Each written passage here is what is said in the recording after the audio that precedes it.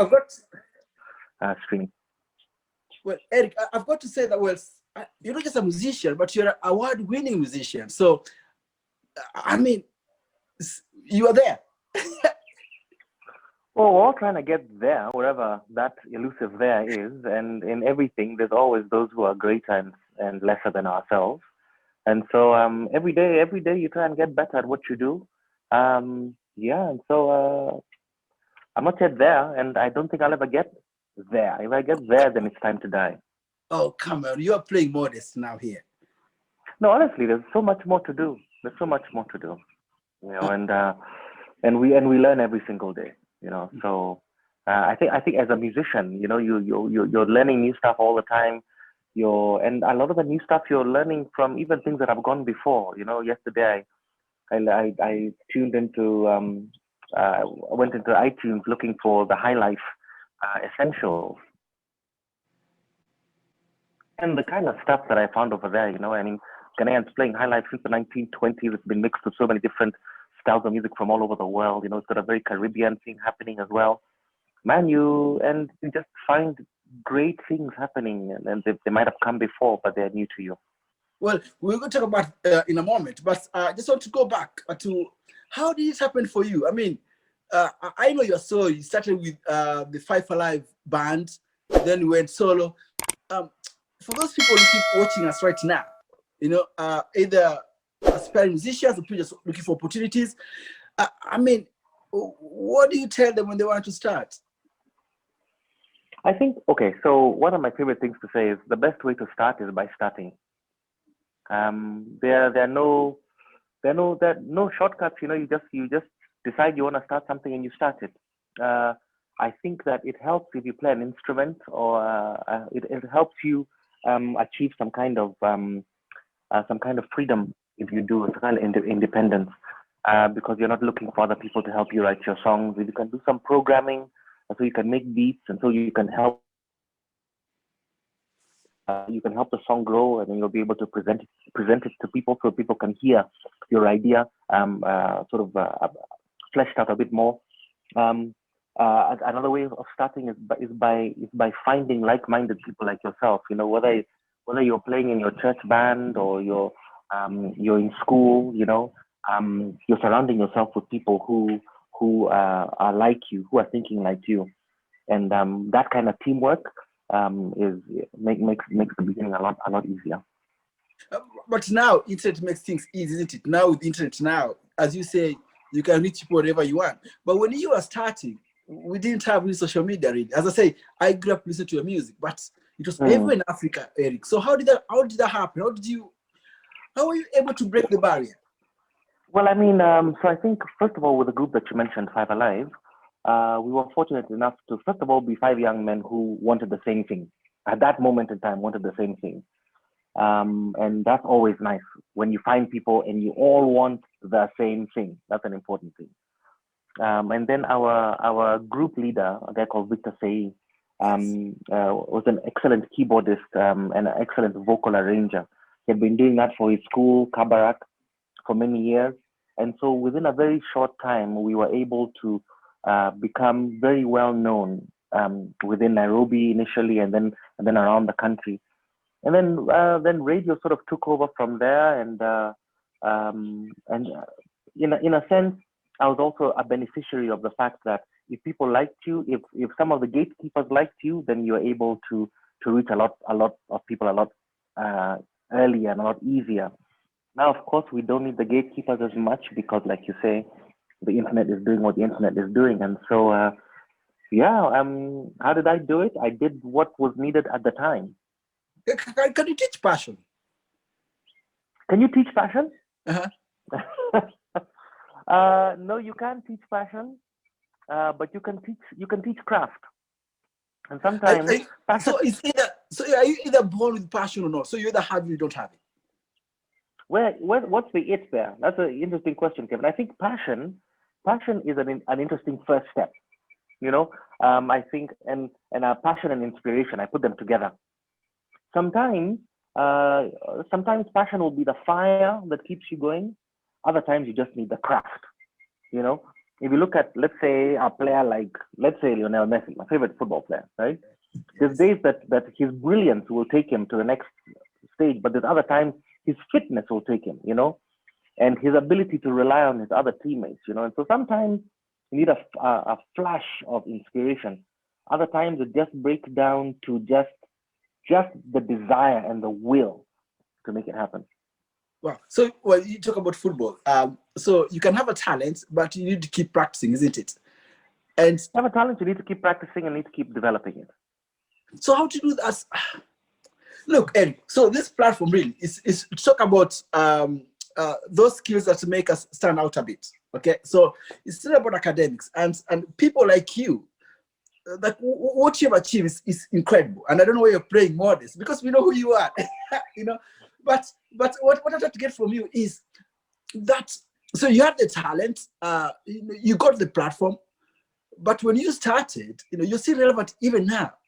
But there are also people that you started at that time. Well, you talk about the group that you started with. They didn't go solo, but you were solo.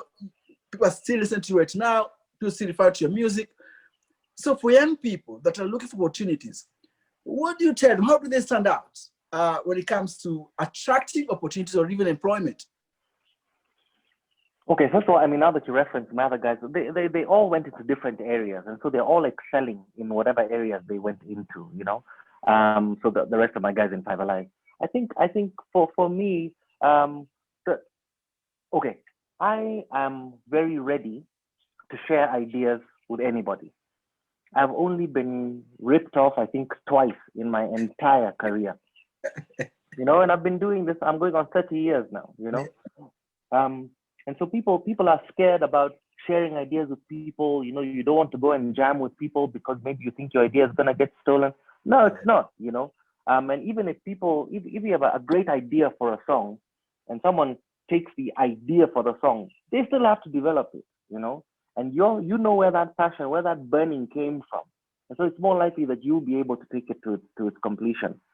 You might need those people along the way move those ideas forward. So I've always been prepared to work with people. For me, that has been very important. And I think also just being of a giving spirit, I think is important. Just give up your time, give up your energy, give up your skill, and it all comes back. Oh, Eric, I like that. And wow. See, at the moment, lots of people, my generation now, as you say, we have ideas and we kind of want to protect them because we don't want them to be stolen. Like I'm employed myself, and I know there's a time where you want to hide things from your colleague so that it can be known it was started by X. But you're telling me Mm. here that if it's yours, it's yours. If it's yours, it's yours. And there's things you can do to protect yourself from future questions about where the idea came from, including sending an email with the idea to someone early, you know. So there's a date stamp on that, you know, or recording the idea on your phone and sending it back to yourself, you know. That's so there's a date stamp on that as well, you know. But so you can take the precautions that one needs to take as wisdom dictates. But sometimes you can hold on to an idea, right? And then you fail to develop it further because you haven't taken it to minds that are like yours or even better than yours in a Oh, we're losing Eric. haven't taken it, you haven't brought it into the world for it to grow. Goodness me. So sharing Did I doesn't lose you? necessarily. Eric, can you hear me? I can hear you. Okay, can you hear me? Uh-oh. I This is can a hear live you. Did sound. I lose you there? I can hear you now. If you can hear me, okay. Cool. Eric, nunua bundles nini wewe?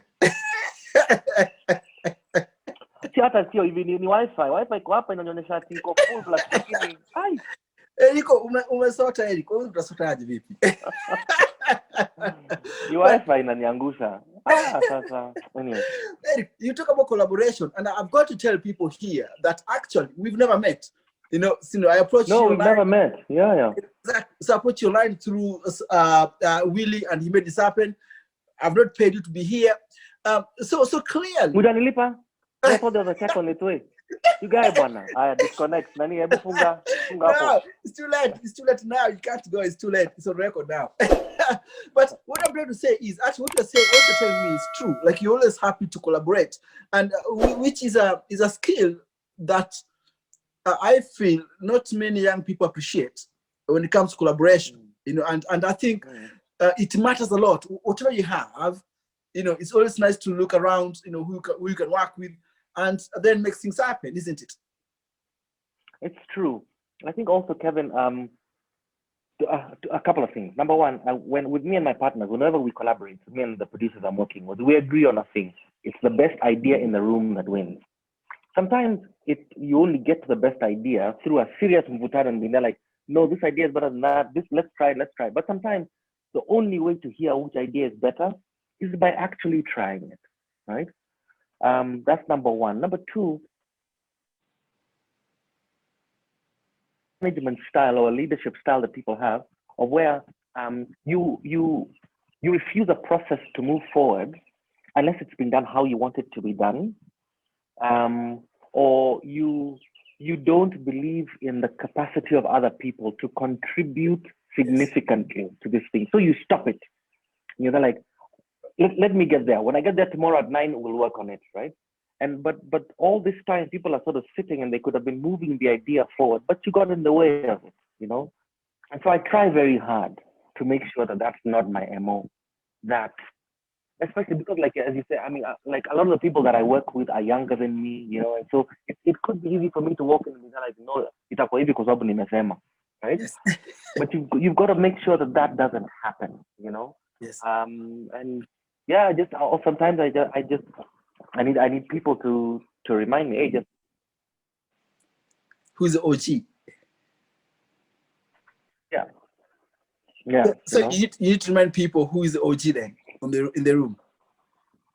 Who's the what? I'm saying sometimes when you work with people, you need to remind them that he's a legend here. No. That's exactly what I do not do. You cannot do that. Because goodness, in every, like, for example, we were having a conversation with our kids today, and so the 12-year-old is like, you know, you can't, saying to our older sister, you can't compare the time that you were 12 and the time that I'm going through now as a 12-year-old. And I was like, you know, that's actually quite true, because every one of us has unique experiences, right? Even though the 16-year-old was 12 years old a lot more recently than I was, right? Even she doesn't know. Even when she was 12, there wasn't TikTok, for instance, right? And so the 12-year-old now has this other information, this other experience that the older one doesn't have. And then for me to walk in the room and be like, look, I'm your father, this is the way it's going to go, you know, it's not the way that I can't do that in that situation, and I can't do that in the studio either, right? I'm working with some great producers, and I'll say to them, okay, and it's never a thing of, I think this is what we should do. We try the idea, because while it's only an idea in your head, it's only your imagination that's telling you what it sounds like. You've got to actually play it out and then take it from there. See, I cannot stop smiling because I'm talking to Eric Wainaina, and people that don't know Eric Wainaina, you can Google him. He's an award-winning artist, Kisima Award winner. He was once named as the top 100 influential Africans. Is that correct? That's correct. and also, one of you're a Berkeley alumni as well. I'm an alumnus of Berkeley College of Music. That's correct. So I'm not just talking to just a bloke on the street. I'm talking to somebody that is a legend. Children, we've got Eric Wainaina, you've got to stress that out. Otherwise, nobody listen to you. Well, listen, let's go back to when you are starting, Eric. And again, for those people that are listening to us right now, listening to the Varsity School of Soft Skills, I'm talking to Eric Wainaina, a singer and music producer as well. So, Eric, how do you develop passion? So, so you were born with it, you have it, but how now do you take it to work it for you? And when I say work it for you, is to make it as a livelihood. Okay, so I think the first thing is to have more control over your creativity. And this is now where the livelihood bit comes in. And sometimes because I mean, you've mentioned passion a couple of times. Your passion can become diminished, can be dissipated by constantly meeting all these obstacles, right? And one of the biggest obstacles is whether or not you're making a living from your passion. One of the only ways of making a living from your passion is by owning what you're putting out into the world. And as from a songwriting standpoint, or any writer, whether you're a theater writer, whether you're a novelist, you've got to be the more stuff you're creating yourself or with other people, the more you are in control of the future of your career. Ultimately, let's say, Kevin, if I write a song today, and I say to you, Kevin, just sing the song for me, right? It's gonna be on my album. When the royalties come in, you get paid a performer's royalty, which is a small percentage of the total. Me as the songwriter, I get paid the majority because I took air, nothing, and turned it into something that people can hear, can feel, can smell, can taste, etc. That people can consume, right? And what you did, not badly, but a lot of other people could have done it. They could have come and added their talent to it, right? But my talent of initiating this thing, yeah, very often that's what gets paid for. So I would say to anyone, the first step and the step that's going to keep your passion going, keep your career long, is by having more. Another thing is also if you have access, like for example, a lot of people write songs, but they don't have access to a studio, right? Correct. The thing is this: when you walk into a studio, and you and the producer sit down together and you originate this song, right? Never let the producer tell you, because the gear is mine, right? Then I own 90% of the song and you own 10% of the song, right? You are bringing something that the producer didn't have, right? You're bringing an idea, a song, or whatever, and together as a collaborative team, you're creating this thing that other people can consume, right? So the percentages need to be more in the favor, or need to be as close to equal as they can be, right? And so I mean, and okay, once again, I realize that a lot of people don't have the ability to do that in the beginning. Okay, fine, right? So go into it machawazi, understand with the producer, right? Okay, fine. This time you take 90%. Like in hii ngoma ikivuma, right? Yes. The next one we are doing itakuwa 75-25, yeah? And we'll keep on going like that. Yeah. So how do you get this information from? How would people know about these tactics, Eric? Well, by watching your channel. I like that. Let's start with that. But you know what I mean? No, also music, even in employment. You find a young talented young man. He's a good writer. Wants to be a journalist. Get into a studio, into a media house, and because they're desperate, how do they control their craft? How do they control their craft? Yes, like you're talking about control. Like if you want things to happen for you, you need to be in control of what you're producing. But now I'm talking about employment now. Just like a journalist, for instance, it's a young man here, and got a job. His first payment, really. How will he be able to control himself in a way that he'll be able to grow and be a Wainaina of the media industry? Okay, so let's take a good example. So initially, as a journalist, right, you are reporting on stories that okay, things happen that you've got no control over, but you are reporting on those things, and you're presenting them on a medium that you have got no control over either, right? But you write good stories, you write excellent stories, you write well-researched stories that no one can dig any holes in, right?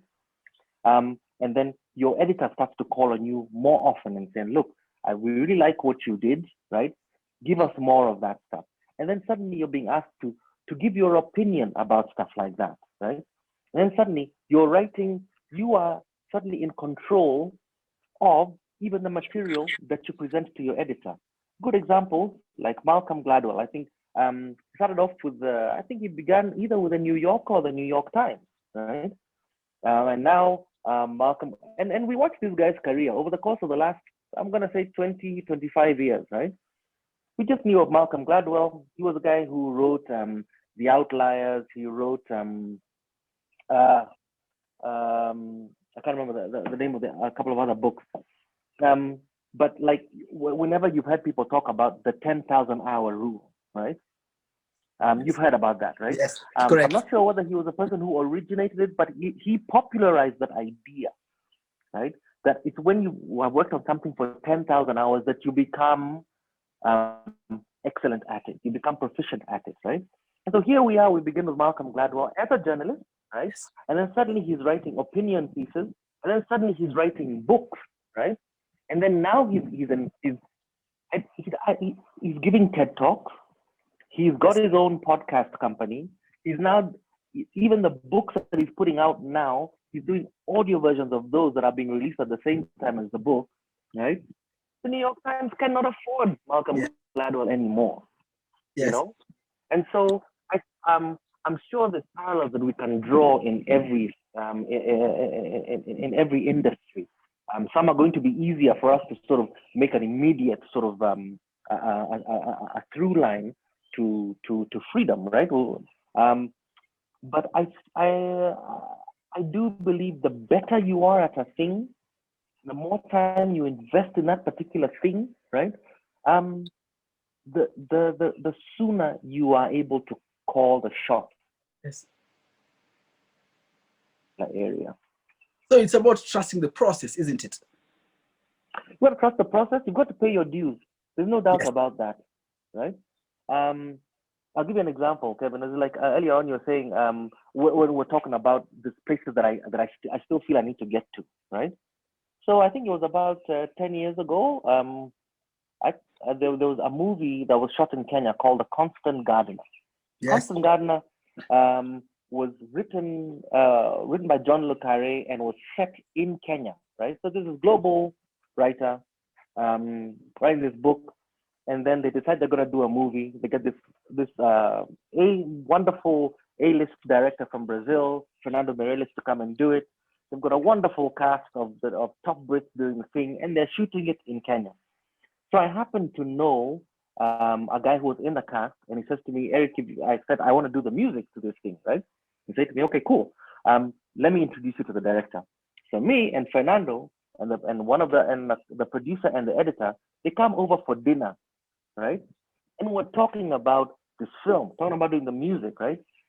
And by the time they leave, they're kind of, they're like, okay, we see some sense in the kind of stuff you're talking about, whatever. But then at the point that it comes down to it, having conversation with one of the producers, the film producers, they say to me, Eric, in a film, right, there's like 5 people who need to be name brands, as in like global name brands, right? The director needs to be that because of the amount of money being invested. Named a couple of other people, but also the composer needs to have this huge, long track record of stuff that they've done, right? Because at the end of the day, Paramount, Universal, Fox, whatever, is putting literally tens of millions or hundreds of millions of dollars into a film, right? They've got to know that the composer is someone ambaye anajulikana, as in like you knock on a door in LA, do you know this person? Yeah, we will say tunamjua, right? Yes. Paris, yeah, exactly like that. And so I'm still trying in my, because one of the other things I do is that I write music for film. Yes.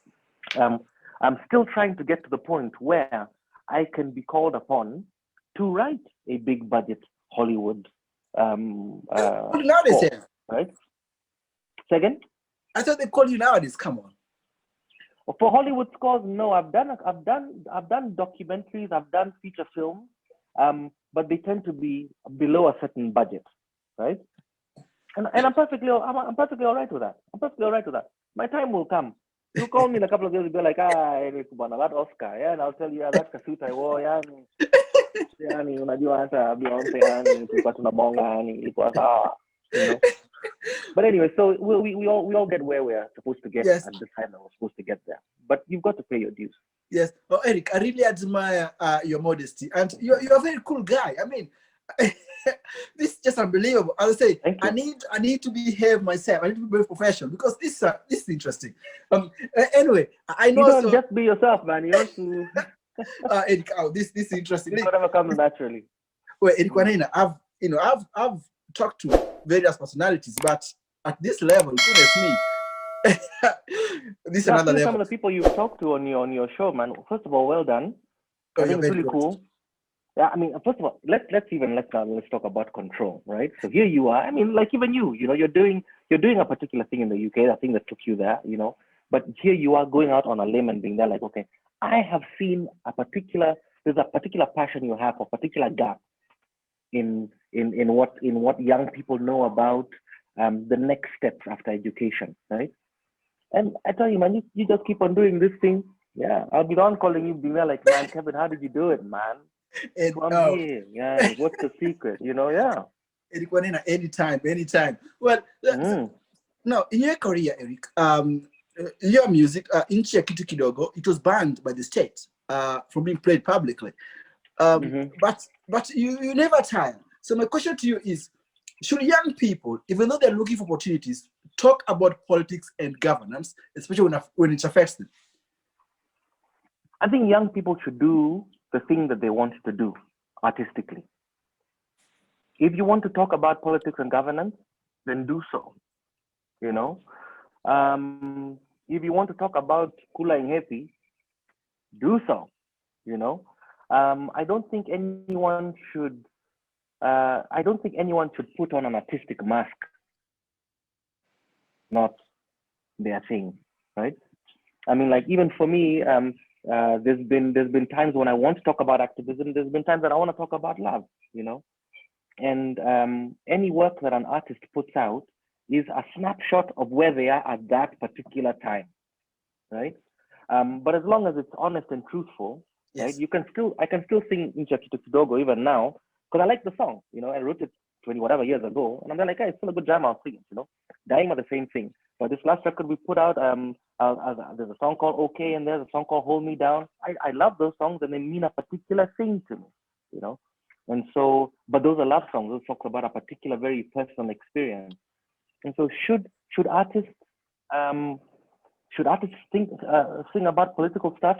I say, yes. Do whatever you feel yourself being pulled towards. I think sometimes it might be nice to also listen to listen to, what do we call it? Listen to the rumblings. Yeah. Listen to what is happening around you. And also comment on that. But you know, like when I hear a lot of the music that's like a lot of the gengetone stuff, these are kids who are responding to a particular temperature, right? And me, like I say, God bless those guys, yeah. And they keep on doing what they're doing, and they just mwendele. That's all I can say. You've never spoken about that, Eric, about gengetone music. I speak about it all the time because people always ask me, so what do you think about the new kind of music? I'm there like, fantastic. People want to ban it. What do you want to ban it? What have you given these kids? You've given them nothing. Now you want to take away what they've given, what they've created? As who? You know? Let them do their thing.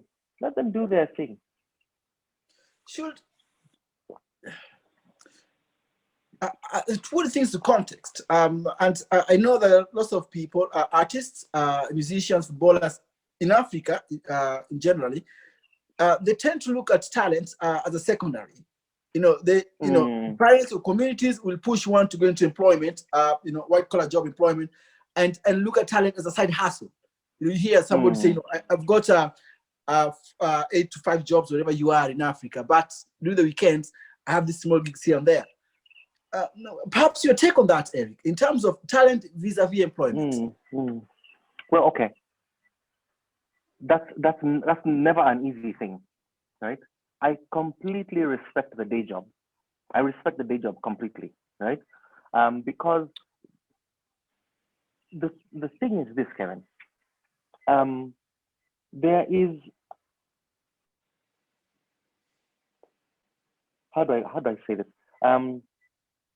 You have to be whatever you are, 100%, right? So that, let's say you're a songwriter or a producer who's trying to get a break, right? In fact, let's say you're having to work at a bank at the same time, right? As a teller. The other girl's counting the tunes. Fine. I think that in your mindset, as you're going to your bank teller job every day, you've got to know, I am a musician.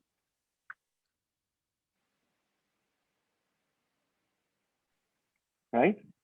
And as soon as I can create enough opportunities, I will leave this bank teller job to pursue my true passion, right? Now, I say that knowing that there are times that you do need to have that day job. You do need to have a thing that's shikiliai, right? Especially as you become, let's say, you're in your early, late 20s. Suddenly, you're getting a family, right? I understand those challenges are there. You've got to do the thing, right? But don't let that stop you from pursuing your passion. The reason that God put you here.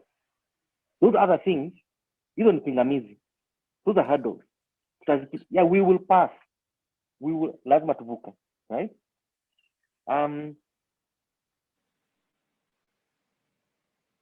Right?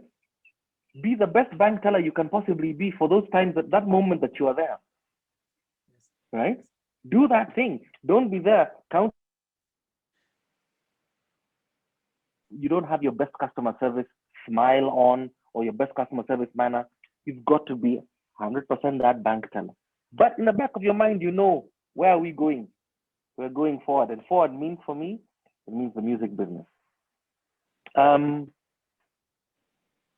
The other thing, now, but to go back to the earlier part of your question, I think that a lot of clever kids in Africa, maybe even in the world, you're clever, then your parents say to you, you're clever, it means you're going into law, you're going into medicine, you're going into accounting, engineering, etc.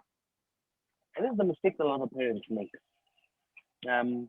They forget that the talents that their children are showing has come from them, right? We don't get talent from the air. We get it from our DNA. Yes. Right? So parents also need to, at the beginning of your career, you cannot move forward without your parents' help. Correct. You cannot move forward without the help of those people around you, the people who should have your back from the beginning. You cannot move forward without them, right? Or it becomes very, very hard. If you're writing songs on a home, then right? As in like that kind of criticism, right? Yes. You can't move forward, or it becomes very hard to. So parents as well, they need to be there to help with that push. And I won't even say initially, throughout the career, throughout. How do you find, this last question for me, Eric, and I'll let you go. How do you, people say that, show me your 5 friends and I'll tell you who you are. So I suppose my question to you right now is, how important are people around you when it comes to moving, when it comes to doing your passion or building yourself into something that you love? How important is the friendship or people around you? The people around you, Kevin, are everything. Everything, everything, everything. Um, when I was in college, my last semester, this guy walked in, and it's a good college, and so a lot of people there feel That's like, in New York? yeah, Was that we're going. in Boston? It was in Boston. A lot of people are there, like, yeah. So after I graduate from Berkeley, I'm gonna be this, I'm gonna be that. And he walked in, they're like, you know what? The first thing you guys need to know is that the world owes you nothing. You walk out of here, right? Maybe as a top engineering student, a studio engineer, and your first job will be getting coffee for the producer of the studio you're gonna be working at. You hear you're this college's best guitarist. Yeah. Your first job, you might be a substitute guitarist for, or you'll be playing weddings somewhere, or you'll be teaching, right? Nothing wrong with teaching, but you're not going to be superstar guitarist at ukitoka kwa nini college saizi atunaingia stage, no, right? Yes. But he did say, what you want to do is take a blank piece of paper, write your name in the middle of it, right? Say Kevin Anyango, sawa. You draw a circle around. Then you draw a circle to all those people who connect with you somehow, right?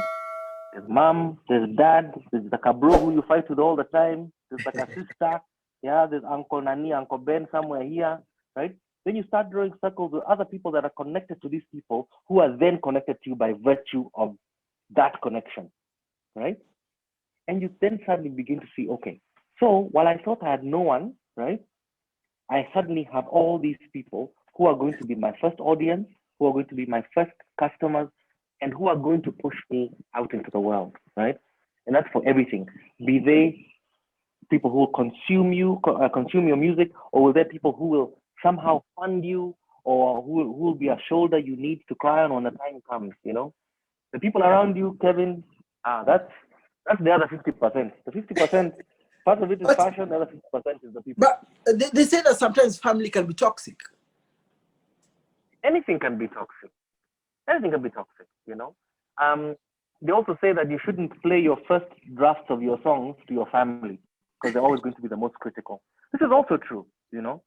But I remember I played my first draft of Incha Kitu Kidogo to my family. We were having a family gathering, and my uncle, who's a very funny guy, was just laughing at every line. I was there like, okay, so we've got something here, you know. But there's days that's true, there's days it isn't, you know. So the most important thing is don't get discouraged, you know. If you have an idea that people don't like, take that idea back into the studio and work on it some more. Oh, Eric, I cannot thank you enough for your time. And I mean, this is just unbelievable. Some of the stuff that you mentioned, I wish somebody told me this perhaps 10 years ago. Now, Eric, this part of the show, before I leave, I normally ask my guest to introduce you to the next person. So there are two names. I do know these are your friends, and you can happily say yes or no if you feel like. Should I mention the name here, or should I go to DM?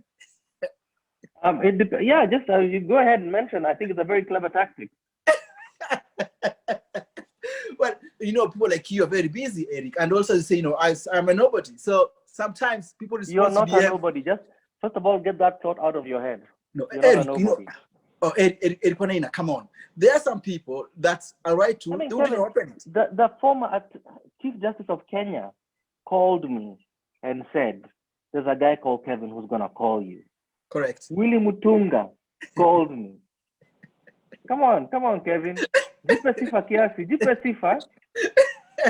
Well, I want Karomu talk on the show, Eric Wainaina. Okay, I'll do my best. And number two. Do you really want me to say the name? Yeah. Lupita Nyong'o. Oh, I don't have a connection to Lupita. I don't. Eric, you are friends. I've seen stuff online. Eric, you know, you speak with this lady. Okay, what I'll do, I'll work a couple of channels and see what happens. Well, it's what's trying. I see the platform is talking about those, you know, those characters, those behaviors that we couldn't learn in school, but we learn from people like you, and that's why I created the show, just to show young people that sometimes it's not about the name or the family or the academics. You know, there are those little things that you mentioned here. For example, working with your friends, you know, sharing. You know, those are kind of things that, you know, that produce or give us opportunities. And that's why the show is all about, Eric Wainaina. So it's worth trying, giving a shot, see whether they'll say yes or no. I hear you completely, and I think you are absolutely right to have that on your radar. And so I'll reach out to those two people. I'll give you my promise that I will. I'll use the channels that I have. And if I don't find those two people, I'll find you two people who will. Oh, Eric Wainaina, thank you very, very much. For those that haven't listened to us, I was speaking to Eric Wainaina, music producer and a music songwriter based in Nairobi, Kenya. Eric, thank you so much. I appreciate it. Please make sure your listeners check out my This Is Eric Spotify page. Yeah. Yes. Also go on to Apple Music and listen to all my stuff there as well. We've also got a brand new video out with a new group called Television. Check it out on YouTube. The song is called Reggae Nice. Yes. Not night usiku. Nice as in not bad. Nice. I had it here with me, Eric. I had it with me here. I'm sure we can. Hang on, let's just see if I can find it here quickly. So. Let your listeners know about that. Oh yes, we've got to do it right now. Let's see. Why is my thing going off now? Oh, let's see. Just give me a second. Where is that off? There you go. Oh, there you go. The back. Right. Just quickly. I saw it here, Eric. We got to play it. Mm-hmm. Let's have the critics right now. Tell us. Alexa, play Eric Wainaina new song.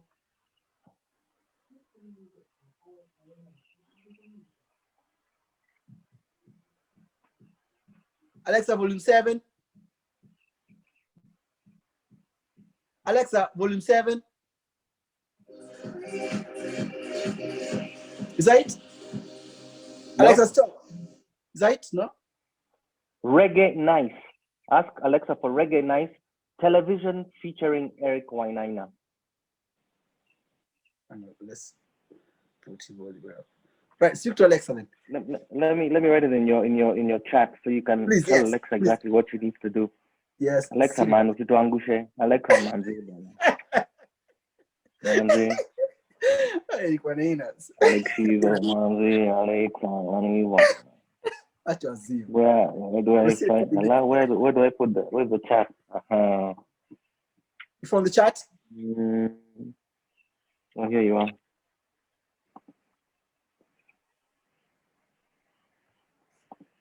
Right, let's see what's. Come from the chat here. That's the chat.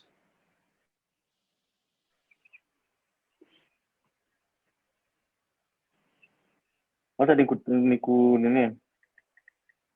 So in WhatsApp now? Yeah, put on WhatsApp. Thank you. Let's see. Right, just a second.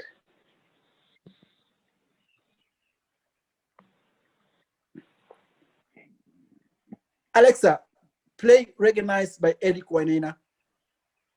I couldn't find Recognized by Eric Bellinger, but here's other music. Alexa, stop. Alexa, stop. Alexa, play Recognized by Eric Wainaina. I couldn't find Recognized by Eric Wayne, but here's other music. Alexa, stop. Alexa, stop. Eric, you're not that famous enough, Eric. Imagine, man. Say Alexa, so stop. Recognized Television featuring Eric Wainaina. Nimekutumia kwa WhatsApp hapo. Alexa, stop. Alexa, play Television featuring Eric Wainaina. I couldn't find Television by Eric Goldman, but here's other music by Eric Goldman. Alexa, stop. You're annoying me now.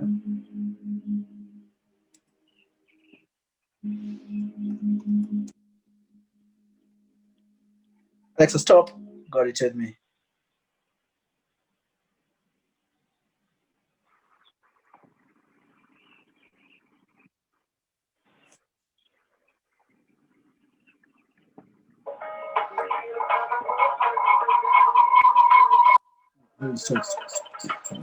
Go on.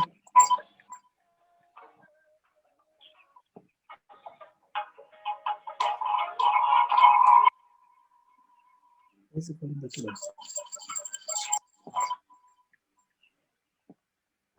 Why is the volume that low? I can't understand.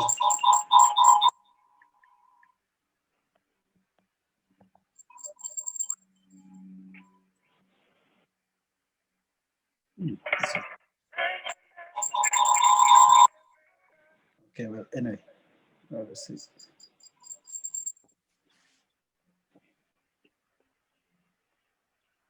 Well, anyway, sure why is Alex not playing it? Well, Eric, this is embarrassing. Well, listen, for those that's with us, don't worry, that's cool. Yes, for those of you that's please go and listen to Eric Wainaina's new song, he's featuring him. It's sung by Television featuring Eric Wainaina called Reggae Nice. Thank you all for being with me today. Eric, thank you so much for your time. I really appreciate this, Eric Wainaina.